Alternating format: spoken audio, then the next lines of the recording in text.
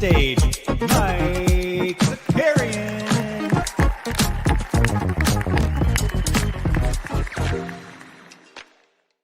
Yes, sir. What's going on, everybody? Welcome back. The NBA Bit is here. It is Monday. Excited to be back.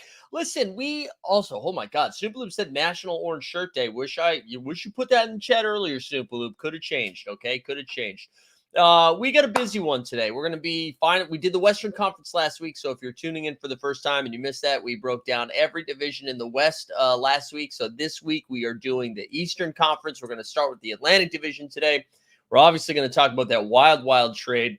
If you missed it, I dropped real quickly, put together like a 5-minute video over the weekend about the Karl-Anthony Towns trade to the Knicks. You can check that out on this channel. I also did a fantasy version of that video over on Elite Fantasy Hoops for some fantasy implications, so you can check both of those out. Who do we got in the chat, though? I see Regulator. Good to see Regulator here. Our man Stubbs is in the chat. I mentioned Snoop Blue, Patrick Coyne up in here. The Common Man. We get the Bing Bong.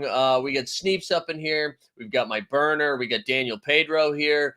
Snoop Loop said no more playback. Actually, we'll talk a little bit about playback here in a second. We're not saying no more playback, but the bit is back on the tube, okay? YouTube. Just to, YouTube. Maddie Harrison in the chat as well this morning. You love to see it. Yeah, let's keep the chat active and engaged today.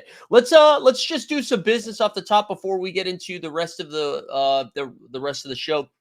Here's the schedule for this week. Monday, Wednesday, Friday, you get that sweet NBA bet. I'm going to try to get some sort of curated media day video up either Tuesday or Thursday this week. Wednesday is a very busy day. So I mentioned the NBA bet. I'm also going to be jumping on with the Badge Bros Wednesday afternoon, I believe at 2 p.m. to do some Underdog double dribble. Also on Wednesday, some more double dribble talk. I'm going to be jumping on the Spike Week show with Eric Beinfor to do a little double dribble action. And then the debut of the 89 Cavs Wednesday night as our guy, Justin, right now, living that vacation life. When he gets back on Wednesday, we'll be talking all things 89 Cavs. And then on Friday, speaking of playback, on Friday, I mentioned that I've got a brand new show that's going to debut this season with Trayvon Edwards. We are going to be on playback on Friday night just to kind of get some rhythm, get some flow as we do the first preseason game. We're going to do the late night one. So for you West Coast folks, you'll be excited. It's going to be the Minnesota Timberwolves and the Los Angeles Lakers. So that'll be Friday night. So plenty of time to plug all that stuff as the rest of the week goes, but just wanted to get ahead of it now. So get ready. Tomorrow might be a light day of content, but Wednesday we're going to be locked and loaded. All right, enough of that. Let's get into this trade. So the Knicks have been rumored, Leon Rose, Kentucky, karl-Anthony Towns, right? There's been a lot of talk about that connection over the last 5 or 6 years. And I think ever since karl-Anthony Towns signed that extension, right, that Supermax $224 million extension, they trade for Rudy Gobert. Now they have Anthony Edwards, who's ascending, and they know they're paying him a ton of money. I think there was always kind of in the back of everybody's mind that at some point karl-Anthony Towns was going to get moved. I think that was there. I don't think anybody thought it was happening right now. And I think what the most surprising part of it is that they just came off of this run where, again, Western Conference finalists. They lost to the Dallas Mavericks, as we all remember. But it's not like they had reached their ceiling, I don't think. I don't think it's fair to say they reached their ceiling because of what Anthony Edwards is turning into, being so young and just performing so well at such a fast pace. So it did seem like they pulled the trigger a little bit faster, right, than I think people thought they were going to. And so now you move karl-Anthony Towns to that big old contract, which I know I broke down. It's like $53 million this year, $56 million, then $59, and then I think north of $60 in that last year of the deal. So he goes over to the Knicks. Now the Knicks lose Julius Randle in this trade, Dante DiVincenzo, and a Detroit Pistons pick. So let's do Minnesota first because we're gonna do the Atlantic Division and talk about the Knicks. So Minnesota now brings in Julius Randle to an offense that we already were talking about how oh man, when you play with two bigs down low, it gets kind of clogged in there, right? And Julius Randle Not as tall, not as big as Karl-Anthony Towns, but at least Karl-Anthony Towns can step beside the three-point line. Julius Randle had one solid three-point shooting year, I believe 2 years ago or 3 years ago when he made like the All-NBA team. And since then, he hasn't shot the ball efficiently and effectively. So you got to think that small sample size, right? So if that was a concern for that offense, then like it was going to get clogged. And now you had Julius Randle, who is a ball pounder. Pause. Ball pounder. Now you throw him in there. I just don't really understand the offensive fit. Now, maybe it's not about the fit. It was about Minnesota getting off that contract, getting ahead of it. Maybe they thought last season was their ceiling. They found a deal for Karl-Anthony Towns where they could. Julius Randle's on an expiring contract, right? So they could still potentially move Julius Randle come All-Star break, or just be like off the Julius Randle, get him off the books by the end of the season. So maybe this was more about money, and then they're like, listen, we'll build around Ant, we'll build around Rudy. Now we have some more pieces. They got Rob Dillingham, so maybe they're thinking like a new youthful run. I don't know. I think how do people like? I don't know if we have any Minnesota Timberwolves fans in the chat or listening afterwards, but would be curious if anybody who was a fan of the Timberwolves looked at this and was like, "Hell yeah!" But I also think like outside of the people that live in New York, I don't know how many people think the Knicks are feeling hell yeah. So we've got, and let's switch screens here so I can go down here. We forgot to switch the backdrop. That's so embarrassing. Let's get the Knicks up on the board. And let me move myself to this side, actually. All right. I don't know. And I saw Regulator. Was it Regulator, I think? Wolves won the trade, in your opinion. Regulator, would love to hear your thoughts on that in the chat, too. Like why you think, I mean, I'll lay out some cases, but Tesla said cheap ass move by consistently cheap ass ownership in Minnesota. Yeah, I mean the Minnesota ownership was going to be a subplot of this season anyways, right? Also, welcome Jesus is my buddy and I need cash now to the chat. Good to see you. But that was going to be a subplot for Minnesota this whole season. We had Glenn Taylor, who tried to sell the team to Alex Rodriguez and then said, I don't think so, and wants to hold on to the team now. I will say, like, it is a cheap-ass move. I do think they needed to get off of Karl-Anthony Towns at some point. I just did not think it was going to happen this season. I thought it was going to happen next season, right? You just made it to the Western Conference Finals. Give yourselves a shot at it. But the exact opposite of what Minnesota did is the New York Knicks. The New York Knicks went the other way. They said they pushed their chips in. They were in rounders 2. I'm all in, baby. All you can eat. So the Knicks this offseason, they scoop up Karl-Anthony Towns in that deal. They pick up Mikal Bridges as well for basically peanuts. They lose Julius Randle, Isaiah Hartenstein, and Dante DiVincenzo. I'm wondering now, too, like there was reports floating around that Mitchell Robinson is going to be on the trade block as well, which is like a fun thing to say, right? That's like saying, oh, well, I'm on the trade block too. Yeah, but I don't know who is trying to scoop up Mitch Rob right now after getting injured. And I meant to pull these up, but I don't have them. Mitchell Robinson also throwing out some cryptic Instagram posts after they shut him down or saying that he wasn't going to be ready. So I don't know if he has a disagreement with the medical staff over there, but that seems to be weird. But again, if you look at the starting 5 for the Knicks after the moves that have been made, right? You got your boy Jalen Brunson, the big bong of them all, the MVP, the captain of the Knicks, taking the 1. I'm assuming Josh Hart to the 2, right? And then you've got Mikal Bridges and OG Anunoby playing the 3 and the 4, and now you have Karl-Anthony Towns at the 5. I will say this, like that starting 5, you put that out there, you're like, you know what? You know, they might not be better than the Boston Celtics right now, but they're in the conversation. They can see it now, okay? The bench, though, has gotten thinned out a little bit. It's Deuce McBride. I don't know. I literally can't think of anybody else on the roster right now. Who else is there besides Deuce McBride with this 5? I should have pulled up the roster, but I thought I was going to be able to name some off the top of my head. And you know what? I haven't been able to. I also think there's something, and again, I don't want to be negative Nancy about it. I think this is I think the Knicks were like, hey, we get a shot right now. Their books just got heftier, but you had guys like Jalen Brunson, Mikal Bridges also rumored to be taking a smaller deal than he needs to when he's extended. I mean, man, they're going to be able to defend anybody, and their biggest hole heading into the season, right? I think Isaiah Hartenstein, obviously karl-anthony Towns in a vacuum, much better than Isaiah Hartenstein. Nobody's arguing the other way. Karl-anthony Towns much better. They do very different things though. So I don't like Cat can rebound for sure. One of the things that I pulled up in the other video is under Coach Thibodeau, which again, a fun little subplot. They definitely didn't like each other, but now they're like, actually, we buried the hatchet like 5 years ago. Now I don't know if that's true, but under karl-anthony Towns, under Coach Thibodeau, Catman was averaging, I believe it was over like 23 and 12, playing like 35 to 37 minutes a game under Tibbs. So dude, he was efficient. And now one of the things that I pointed out in that video is Jalen Brunson's right. Jalen Brunson is a mid-range assassin. He can knock down the 3-2, but he likes to get into those not the angles, wants to get into the elbows, right? Move around, and then he hits that little step back jumper that's almost impossible to defend. One of the issues with that last season is he was ducking and weaving behind Isaiah Hartenstein, Mitchell Robinson, even Julius Randle. Now he's not going to have that because you can put Cat at the corner. You have Josh Hart just knifing around, cutting everywhere. And then you've got Mikal and OG who can also knock down threes. So I do think this is an upgrade offensively for them. I still think there is some issues on the defensive end for bigs, but OG Anunoby, if he can stay on the court, famously guards guys bigger than him at a high clip. So you could even mess around and throw Cat on the 4 and OG on the 5 if you need to. So I don't know. We'll have to wait and see. Maddie Harrison says about Cat and Tibbs, easy to bury the hatchet with someone until you have to see their dumb face every day. Yeah, we'll have to wait and see.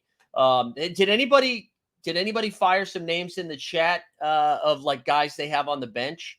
Landry Shamet faces there. I did not know Charlie Brown Jr. is on the team. Are these real? I know Dwayne Washington is a real basketball player. I didn't know if he was still in the league. But I think this is crazy. This is upside, all upside for the Knicks. So their over-under total jumped up to 52.5. They are now plus 800 to win the whole gosh darn thing, plus 400 to win the East, and plus 290 to win the Atlantic Division. And you look around. I think they clearly created some separation between them and the Philadelphia 76ers and the New York Knicks. In the Milwaukee Bucks. However, I think if you wanted to take the other side of it, you're now like, is karl-anthony Towns defending Giannis at the rim? Is he? No, he's probably covering Brook Lopez or Bobby Portis. But you know what I'm saying? Joel Embiid, I feel like should be able to have his way. But on the flip side, you're like, well, karl-anthony Towns can draw those guys out. So we'll have to wait and see. Tessa said they have 3 of the top 10 perimeter point of attack defenders. OG Mikal can plug some holes. Yeah, I do. I think they're going to win a ton of regular season games. And I think they are going to be the hardest out for the Boston Celtics in the Eastern Conference, who we're going to be talking about in a little bit. Obviously, it's going to come down to health. Like, they don't have a lot of wiggle room for guys to go down. And they're going to need OG Anunoby and Mikal Bridges to like really defend the hell out of them. Oh, Sean GMC in the chat. That's right. My Precious Achua. Precious Achua is still over there too. The only concern I've seen by some Knicks fans was that, or not even Knicks fans, but just, pundits, anybody, basketball hoop heads, is that is karl-anthony Towns really built for New York? I'm not buying too much into that. Media's changed in such a way now that I don't know. I think if he shows up, we've seen how Knicks fans react to stuff, man. If he shows up and balls, he's going to be like the most beloved guy next to Brunson, and they'll love him forever. He'll seem like the missing piece, the missing link. So I do think I kind of like it, man. I kind of like it. I was surprised it happened. I like it. I saw Sam Morrell. I don't know if he was the first one to come up with it, but I saw it floating around on Twitter. I saw it from him first, calling him Bodega Cat. That's excellent. That's excellent. We haven't had a natural nickname like that in forever. That was not forced. That was easy off the tongue. Bodega Cat. I love that. So I'm in. I'm buying in on the Knicks. I would take the over on 52.5. And I do. I really think they're going to be we're going to use health as a contingency thing for every single team, right? Well, as long as they're healthy, they get a shot. Assuming they're healthy, I think they could absolutely push the Celtics. I think they're built just like the Celtics, right? You think about a Towns, Porzingis, same type of stretch 5 guy. You got the wings in Brown and Tatum with Mikal and OG, and then the Josh Hart. Jalen Brunson really not like Drew or Derek White, but Josh Hart is in that Derek White, Drew Drew World. All right, what else did the chat say? Yeah, he'll be excited. I think he'll be excited. Are they still at 52.5 wins? I thought so. That's what I checked this morning. Let me double check that. Let's see if it jumped up in real time. That is what I saw this morning. Let's see. New York Knicks wins total over under. Although, you know what? I bet it. No, it looks like it's still at 52.5. Oh, no. Okay. It looks like Caesars took it off the board. DraftKings took it off the board. Actually, look at this. FanDuel has it at 54.5 at minus 122. So I would say that's probably closer to 54, 55 now. So good call, Common Man. Good call. So we'll say they're over under at 55.5.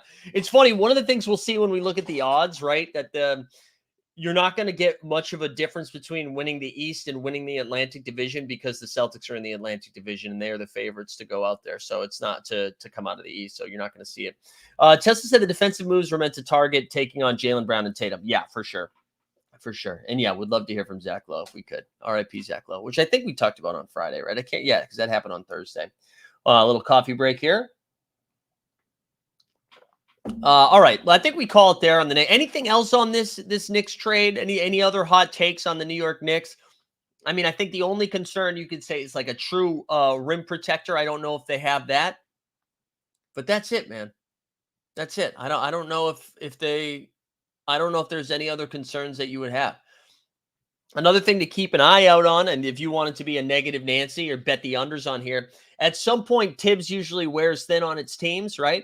We've seen it with Chicago. We've seen it with Minnesota. Usually right around this season is when it would happen. But the vibes feel different in New York. Also, one other thing. Did you guys see the reports? Because I think when Dante DiVincenzo was moved, we were all like, oh, man, brotherly love. What happened to the college crew?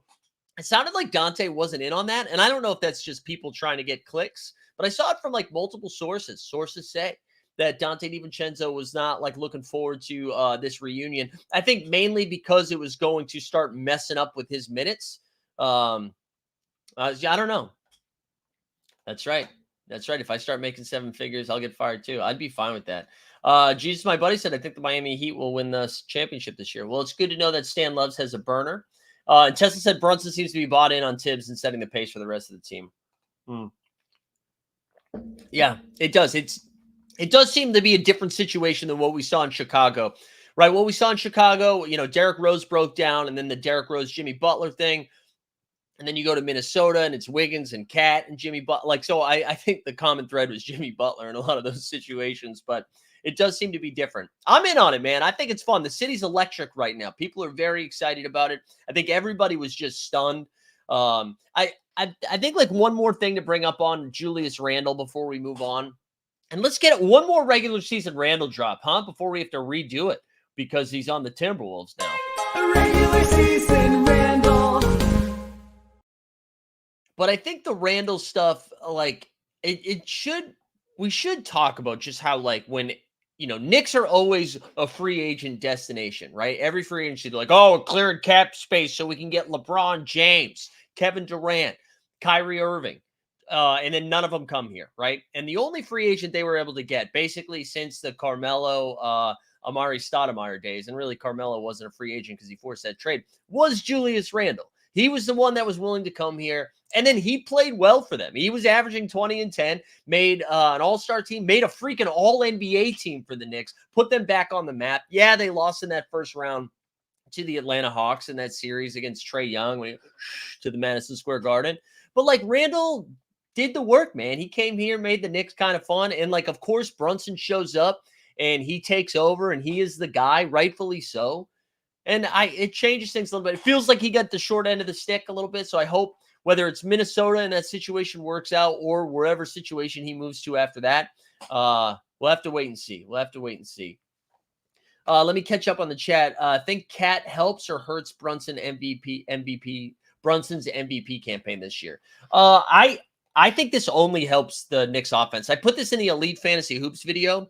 I think this only helps because the spacing, man. That's like the one thing with the Knicks. It was like, well, hopefully Jalen Brunson gets a shot, right? Because that was what their whole offense was. Now I think it's just there's just going to be more room to work. And I could see, Cat will definitely be like their second option offensively. Brunson will still be the one, but it's going to make Brunson's life just so much easier. Maybe we see less shot attempts for Jalen Brunson, but more efficiency. Not that he was inefficient, but I think you could see that get even better. Tesla saying division sickos like Skeets must be excited for this division. Crazy deep at the top reminds me of the AL East. Yeah, it does. It really is. It's kind of like, what did we do? The Northwest last week, where it was like the three teams were so good, and then there's a pretty big drop off. Regulator still thinks the Wolves won the trade. I mean, I think if you're just thinking about financials, they won the trade, right? Because they were going to have to get off these books at some point. But it's what you value. And the Knicks feel like with karl-Anthony Towns, they got this like 2 to 3 year run of a shot at winning it all. And as long as they're willing to pay the price of that sweet, sweet cash, we'll have to wait and see. All right, we can come back to the Knicks if we need to. Let's move to the real title favorites, baby. The Beantown Boys, the Boston Celtics. Here we go. Look at that green glow. That green glow. The Celtics didn't really do anything. I think their biggest offseason move was just keeping everybody together, So they added Lonnie Walker the fourth. Which is still unclear. I saw like a pretty good quote from him on the Celtics media day or first practice, whatever the hell it was, that Lonnie Walker was just like, yeah, if I make the main roster, dope.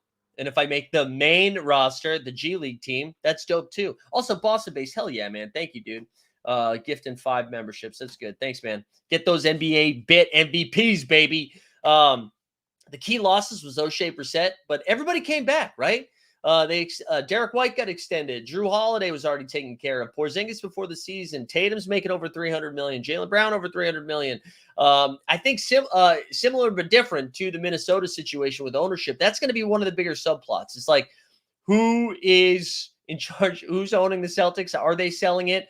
Is there real rift between the Wick and his dad?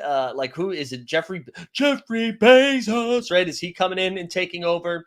Will it be a big talking point, or will it kind of go under the radar? And whoever takes over, are they willing to still be in the second, third, fourth, fifth apron, right? Because we could see what the Celtics do. We could see the Celtics do what the Minnesota Timberwolves did with karl-Anthony Towns. Not this season, but the season after.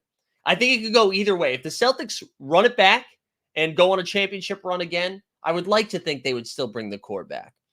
But if I could see them running it back or flaming out somewhere, like maybe they have the championship hangover, and then they're like, hey, we can't pay all of these guys, right?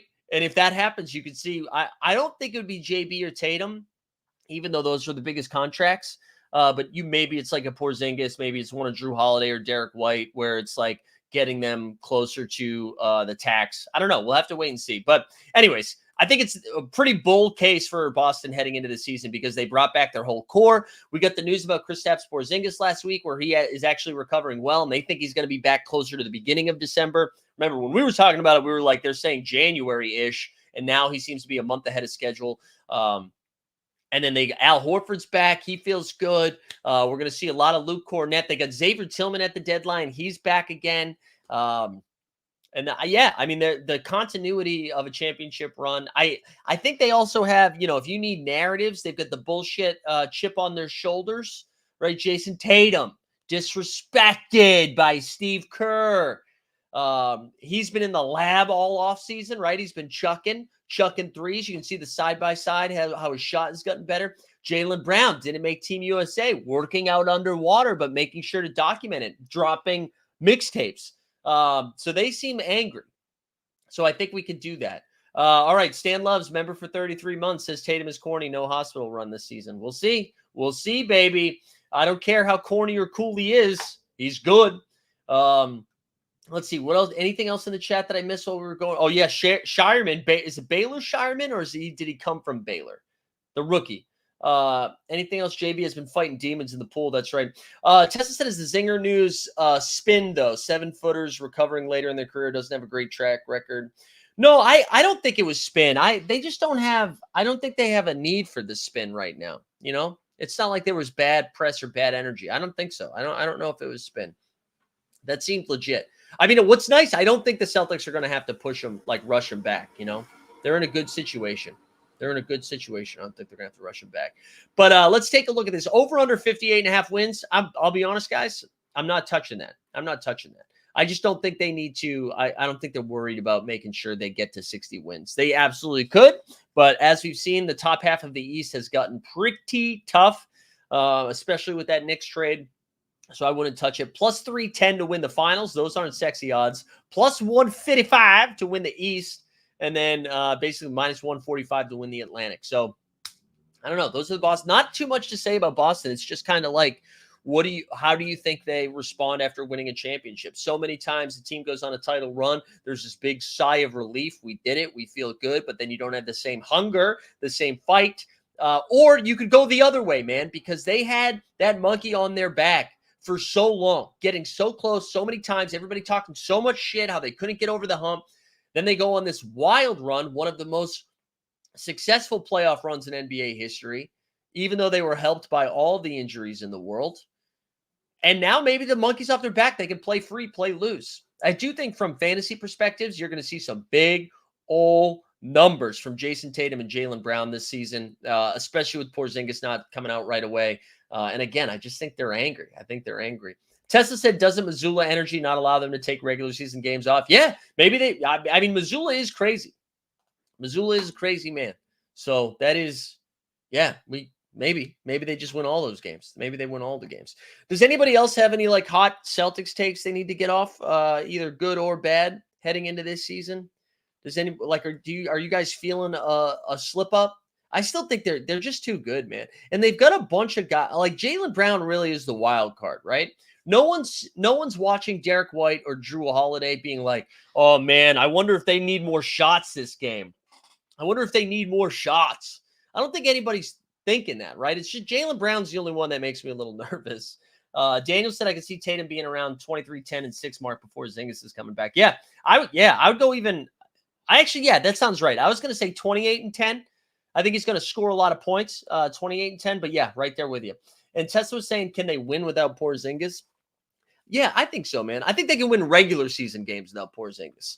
I think as Stan called it, the hospital run. I think they can. I don't think they could run through the playoffs like they did without Porzingis being healthy. I don't think they could do that again. I do think they could win 55 to 60 games without having Porzingis for a full season, though. I do think that. I just think there's enough bad teams out there, and they're still like with the roster they have right now can still hang. They can still hang. Regulator said a healthy Embiid will be the Celtics' only worry. Yeah, of course. But I feel like Regulator, we have said, and we're going to talk about the Sixers next, a healthy Embiid is a worry for everybody in the league, right? However, when have we seen a healthy Embiid in April? So that will be like the thing hanging over everyone's head. Let's just move to Philly now, huh? Let's move to Philly now. The 76ers. All right, so Philly's key additions. They added PG-13, Podcast P, Playoff P, Pandemic P, Paul George over to the biggest offseason move probably until karl-Anthony Towns, right? They had Caleb Martin. They had Yabusele after his Olympic run for Team France. And then they added Andre Drummond. Andre Drummond, I didn't put in the key losses, but he filled in for in the mud, Paul Reed, who's a Detroit Piston now. Speaking of Detroit Pistons, so is Tobias Harris. Key loss, we should say. The Sixers, it's funny.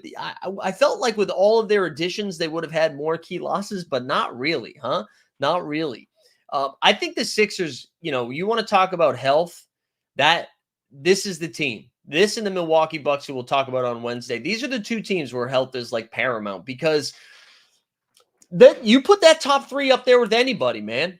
Joel Embiid, a perennial MVP candidate. Now that Paul George, right? Like, I think what is so interesting about the Paul George fit here in Los Angeles, like, yes, they have like Kawhi and Paul George. It's like Tatum and Jaylen Brown. They got James Harden there. I think to me here, there's a clear.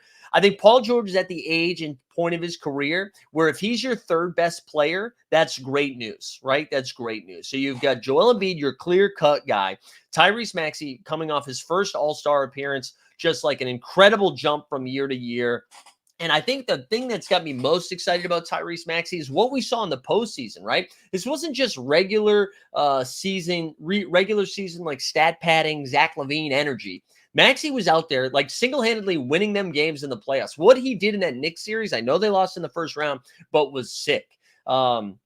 Here we go. Tom Shaw commented, I love Maxey, but hate watching the Sixers. Paul George doesn't help. I mean, listen, if you hate them, that's one thing. Paul George does help the 76ers. They took out Tobias Harris, who was basically a traffic cone, and then put in Paul George, who was, I mean, like, again, if he's your third best guy, hey, Paul George, we just need you to defend, knock down open shots, take over from time to time. I think that's a great spot to be in for them. And then I think the addition of Caleb Martin is nice. Like Caleb Martin on most teams, I don't think I'm getting too excited about. But when Caleb Martin, like whether he starts or comes off the bench, I think that's a nice piece. Kelly Oubre Jr. had a solid year for them last year. I mean, who knows about the Yabusele? Drummond is like nice and beat insurance when he inevitably misses 18 to 20 games in the regular season. I think that's nice. And then I think Sixers still, I don't know if this is their final roster. Like I think midseason, they're going to try to move some pieces around to upgrade that forward position. Because that's really like the key hole that I think when you're looking at that squad, the four is where like some of your concern is, right? Tessa said, how many games would you play Embiid in a regular season? They've already mentioned he's not playing back-to-backs, I think. I think that's how I would approach it. I think I'd probably, try aim for the 60 mark, right? That's taking 22 games off. That's what I would do. Does that sound about right? I think I would try to get your team in a position where you hit the month of March and he's sitting a bunch, right? I think that's the Sixers' role because, again, you look at the top half of the East. I don't think it doesn't matter who you play in the first round. These are all going to be tough series except for unless you're the 1 or 2 seed. And I'm sorry, I don't think the Sixers are going to be the 1 or the 2 seed. So, yes, you probably want to try to get home court advantage. If you can, like, comfortably be in the 4 seed, maybe the 3 seed if you want to avoid the Celtics, assuming they're the 1 seed, right? But you try to get that 3-4 range and then just shut them down for 2 weeks, Just shut them down for 2 weeks, get them rested because I would like to see a healthy Embiid in the playoffs because then we can stop saying like, if he doesn't do it then there's like a real case for like he doesn't show up in the playoffs because his numbers continue to go. I mean, I know his on-off numbers are crazy for the Sixers in the playoffs where like, he's like plus 32, and then they're minus 32 when he's off. Like it's crazy. Maddie Harrison said rested Embiid equals more out of shape. Yeah, I mean that'll be the second best thing. A second biggest thing outside of his health is like can he stay in shape because that was like the biggest concern, this offseason. And I mean you can see it in the Olympics too, where like he only like showed up for like 1 or 2 games. Sorry, needed a little water break. Tessa said if you think about it. For them to win the title, he potentially needs to play an additional 14 games if they finally make the Eastern Conference Finals. Seems like a big ask. Yeah, but listen, they pay him to do it, man. Might seem like a big ask, but he got to do it. But that's why, like, I don't think I'm touching it. So to look at their 2024 odds, right? 52.5 wins. That's where the over/under is set. Plus 900 to win the Finals. Plus 450 to win the East. Plus 380 to win the Atlantic. I wouldn't be touching any of those. I think it's too hard to figure out because if they do decide to stay healthy and play the whole season, then I think they clear 52.5. But if they, they shut guys down or whatever, I just wouldn't touch any of it. And I'm honestly like, it's weird. I think the Paul George move was the right move to do for the Sixers. I think that was like a big win for them. I love Tyrese Maxey. Joel Embiid, obviously MVP candidate.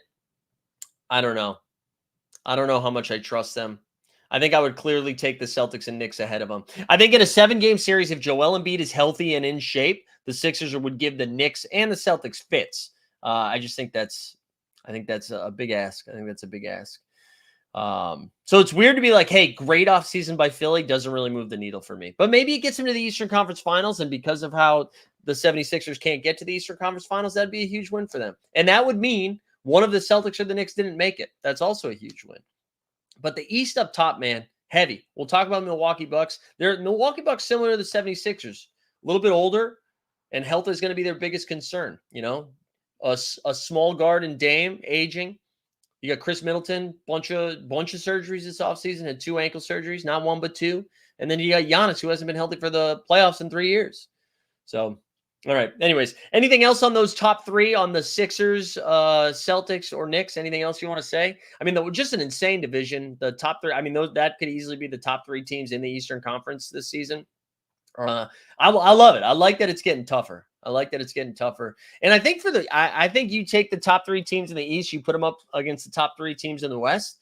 You could say, I think the Eastern Conference might be tougher than the Western Conference right now. Western Conference probably deeper and longer. Pause. But I do think I think outside of the OKC Thunder is the only team that I'd put in there with the top 3. Like I think with Minnesota Timberwolves, with this trade, they got worse this season. There's no doubt about that. They got worse this season. The Denver Nuggets got worse this season. I think it's OKC.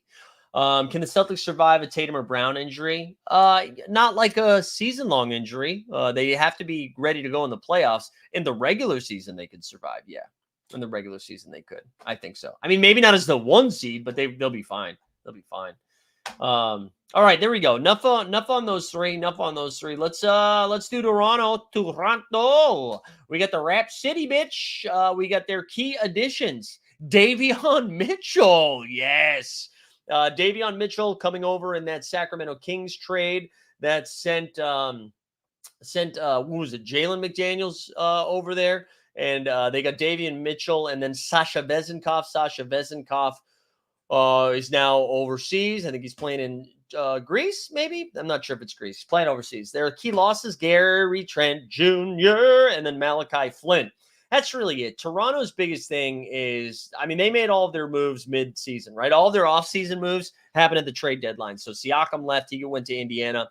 They also got rid of OG Anunoby. They've got Emmanuel Quickly, healthy. RJ Barrett coming off like his last 20 games for the Raptors. He was awesome. Was really good for Team Canada. They got him back. And then Scotty Barnes, who missed some time. He's healthy. He's good to go.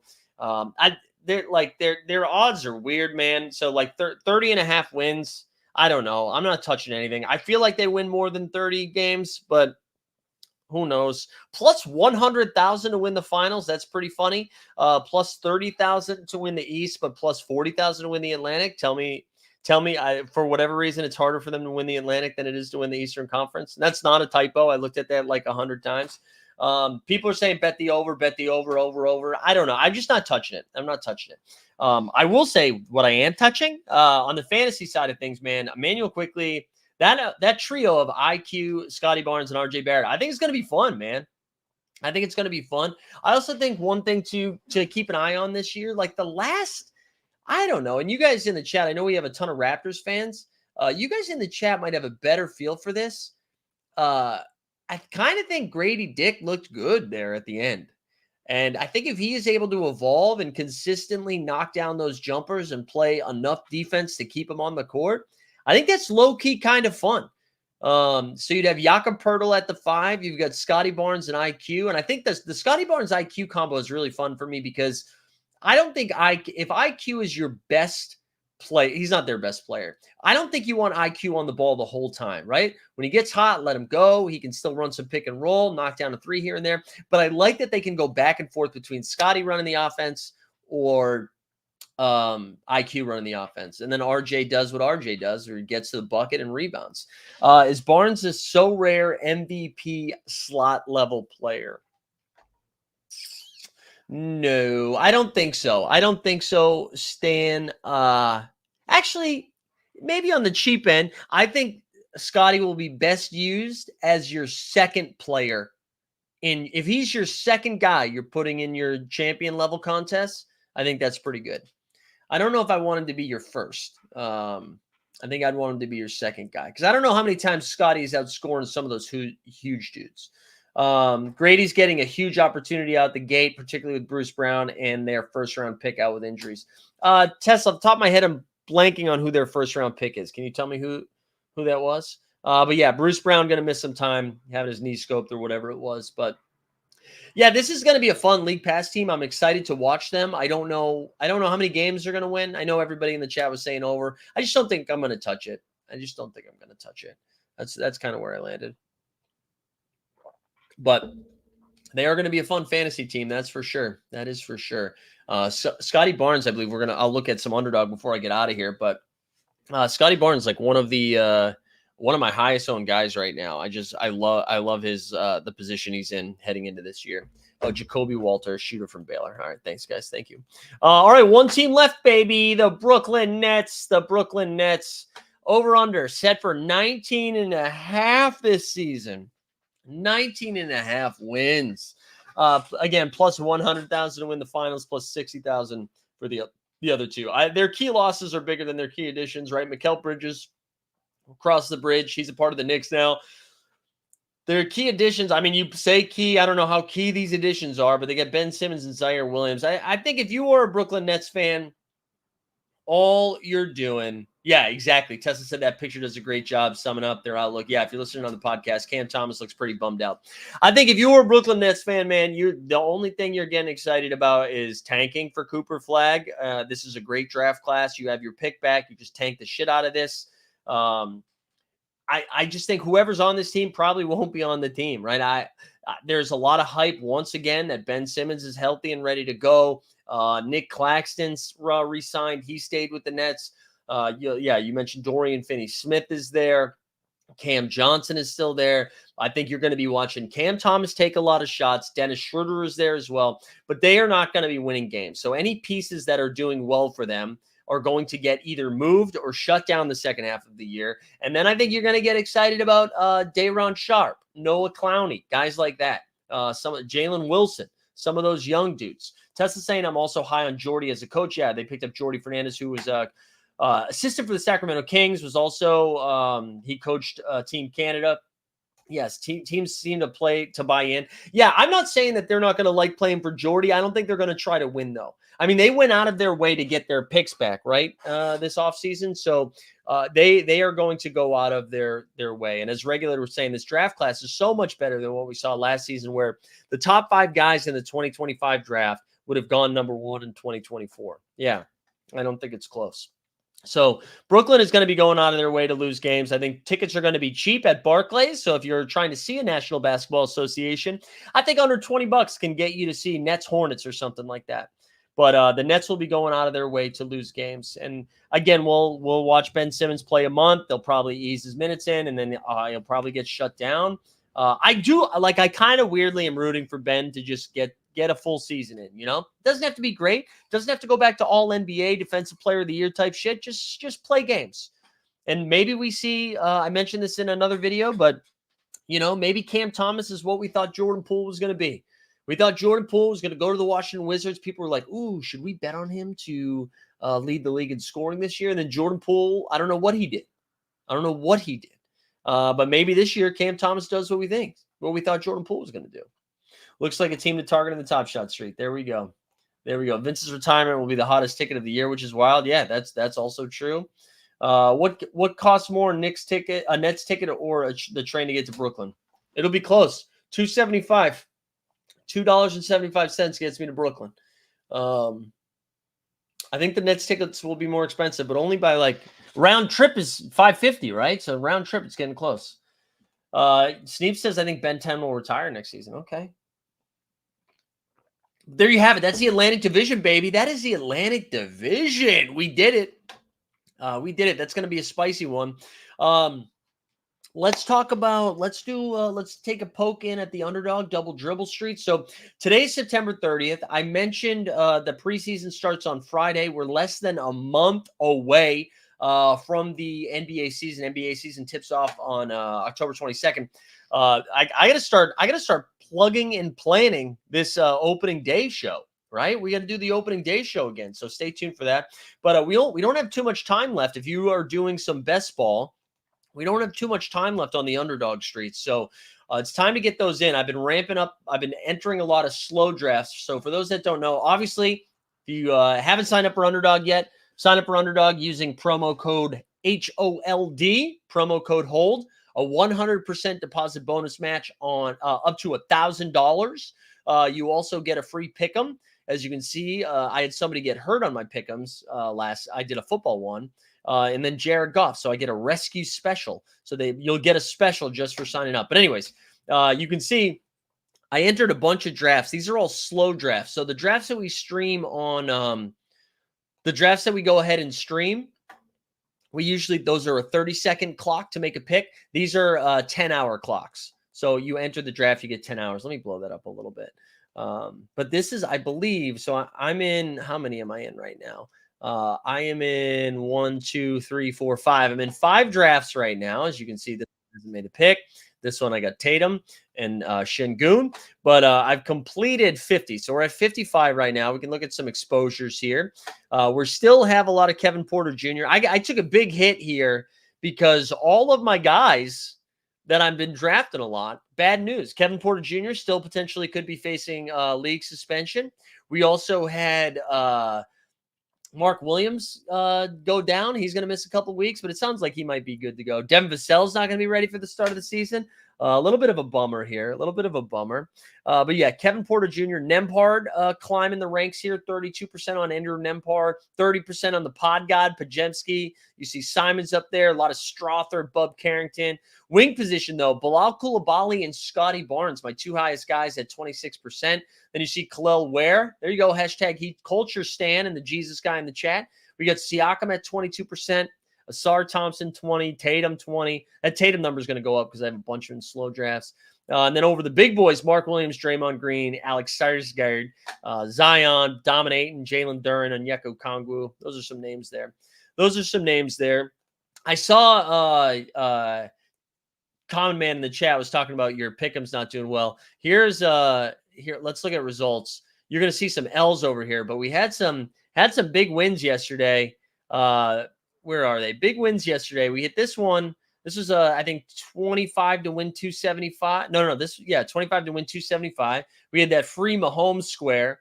And then Jefferson receiving yards, London reception, Schultz receiving yards. That went for 275. This one went for 256. We got a Collins touchdown, Jamar Chase touchdown, the Barkley freebie, Schultz 31.5 receiving yards, Pick'em over, and then Fields over. I think that was 10 to win 256. That was pretty sick. And then we had one other one hit. I think, yeah, this was Jaden Reed over, Jacobs over, Jefferson touchdown, Love over, Jones over attempts. That was another one, 10 to win 231. So we had a fun day in the Pick'em streets. A couple other things too. Also, we have 44 people up in here. Listen, hey, if you haven't subscribed yet, do me a favor. Subscribe to the NBA Bit, baby. We fire this show up every Monday, Wednesday, Friday at 9 a.m. Eastern. We also dropped another video on the trade yesterday. So Stan asked for AJ Griffin thoughts. I got 2 other things, actually, and then we'll wrap up. A lot of rumors. Let me see. I'm going to share this tweet, actually, with you guys now. There's some rumors going on that maybe our boy Marcus Wicked Smart is not going to be finding his way to the Memphis Grizzlies. Now, I don't know if anybody else has seen any of this, but it was wiling out a little bit here. So a guy named Parker VB901 it seems to be a Memphis insider. Now, this could all be bullshit, by the way. Let's keep that in mind. All right. This might be nothing, but could be something. So let's go over to Parker's tweets here. Let's go to the quote tweet first, right? So this was on September 29th, early in the afternoon. Said, I got a Grizzlies conspiracy theory cooking. It's a stretch, and we'll know if it's true in the next 24 hours. And then he goes, A, Marcus Smart skips exit interviews. B, no sight or mention of Marcus all summer, Grizzlies related. C, not practicing with the team leading up to training camp. And D, still no official training camp roster on the eve of media day. Then he said, is it possible the Grizzlies and Marcus are working together to find a new home and there is an artificial deadline of media day to avoid the awkwardness? Now, this could be absolutely nothing, just people bored and having fun on the internet. But there could be some juice to that, right? Marcus Smart probably didn't pick to go to Memphis. And then his first season at Memphis, he got hurt. John Morant stuff was weird.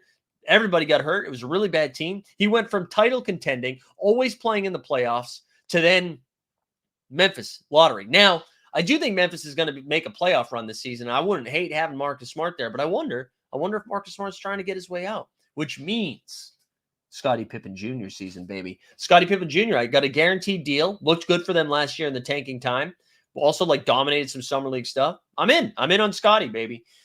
He's my new 16th round click, I think, for the next couple of double dribble drafts.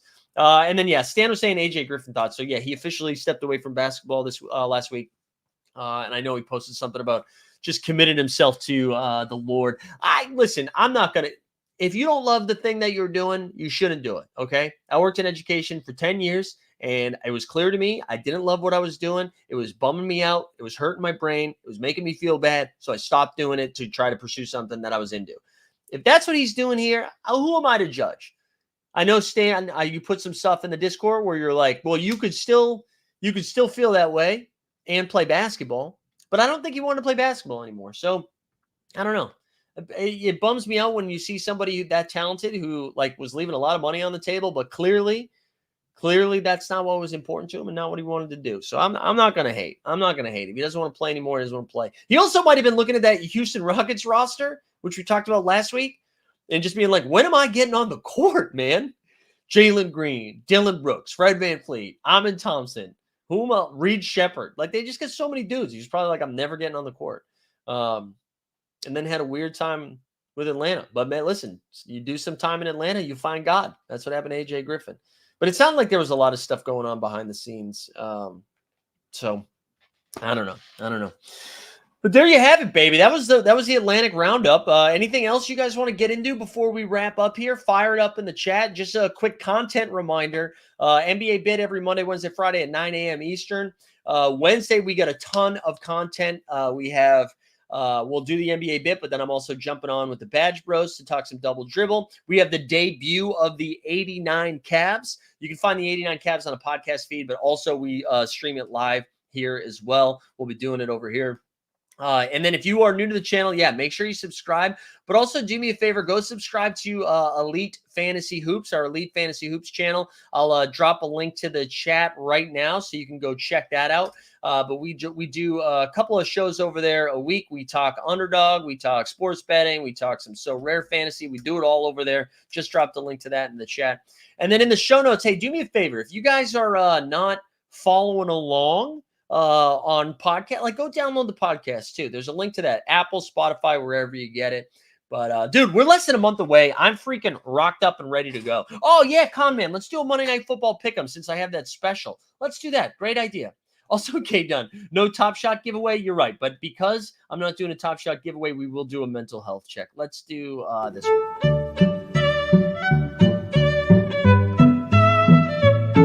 But I'm just not going to do it, guys. And it feels good to not cave to the chat because I am the boss.